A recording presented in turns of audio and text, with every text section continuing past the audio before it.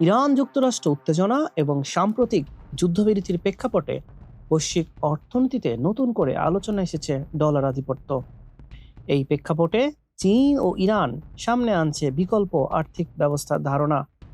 Hormuz প্রণালীকে কেন্দ্র করে আন্তর্জাতিক বাণিজ্যে ডলারের বিকল্প হিসেবে চীনা মুদ্রা ইউয়ান প্রতিষ্ঠায় এক মহা পরিকল্পনা নিয়ে এগোচ্ছে চীন ও ইরান। এক মাসেরও বেশি সময় ধরে চলা ইরান যুক্তরাষ্ট্র সংঘাত বৈশ্বিক অর্থনীতিতে অস্থিরতা তৈরি করেছে। এর মধ্যেই 2 সপ্তাহের যুদ্ধবিরতিতে সম্মত হয়েছে দুই দেশ। এই পরিস্থিতিতে আন্তর্জাতিক বাণিজ্যে মার্কিন ডলারের আধিপত্য নিয়ে প্রশ্ন তুলেছে ইরান ও চীন। তাদের দাবি, ডলারের একক প্রভাব কমিয়ে বিকল্প ব্যবস্থা গড়ে তোলা প্রয়োজন। আন্তর্জাতিক বাণিজ্যে ডলারের একাধিপত্যকে কাজে লাগিয়ে যুক্তরাষ্ট্র তার প্রতিদ্বন্দ্বীদের উপর রাজনৈতিক ও অর্থনৈতিক চাপ প্রয়োগ করে। 2023 সালে জেপি মর্গান চেজের তথ্য অনুযায়ী বিশ্বের প্রায় 80% তেল বাণিজ্য ডলারে সম্পন্ন হয়। ফলে ডলারই বৈশ্বিক লেনদেনের প্রধান মুদ্রা হিসেবে প্রতিষ্ঠিত।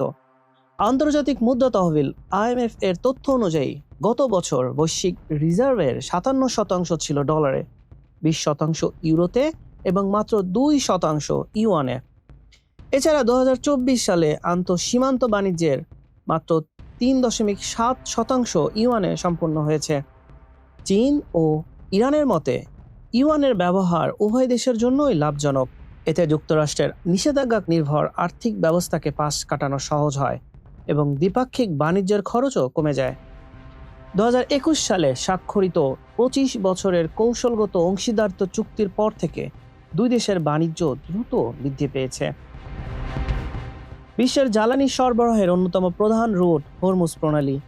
উপসাগরীয় অঞ্চলের প্রায় 1/5 তেল ও তরলীকৃত গ্যাস এই পথেই পরিবাহিত হয়।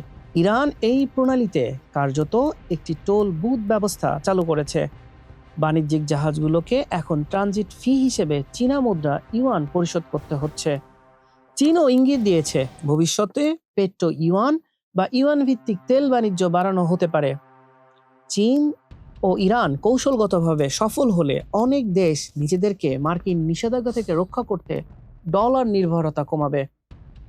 ইরান একদিকে যুক্তরাষ্ট্রকে চ্যালেঞ্জ করছে, অন্যদিকে নিষেধাজ্ঞা কাটাতে চীনের সঙ্গে সম্পর্ক জোরদার করছে। ইরানের রপ্তানি হওয়া তেলের 80%-রও বেশি কিনে নেয় চীন, যার লেনদেন হয় ইউয়ানে। বিনিময়ে ইরান আমদানি করছে প্রয়োজনীয় যন্ত্রপাতি। এই কৌশলে ইরান সহজেই যুক্তরাষ্ট্রের নিষেধাজ্ঞা পাশ কাটাতে পারছে। অর্থনীতিবিদদের মতে ইউয়ানের ব্যবহার বাড়লেও ডলারাইজেশন সম্ভব নয়, তবে দীর্ঘমেয়াদে এটি ডলারের আধিপত্য ধীরে ধীরে চাপ তৈরি করতে পারে। বিশেষজ্ঞরা বলছেন, বৈশ্বিক আর্থিক ব্যবস্থায় ডলারের এই অবস্থান পরিবর্তন কতটা সম্ভব তা সময়ই বলে দেবে। হাসান শাহরিয়ার, মানব কণ্ঠ।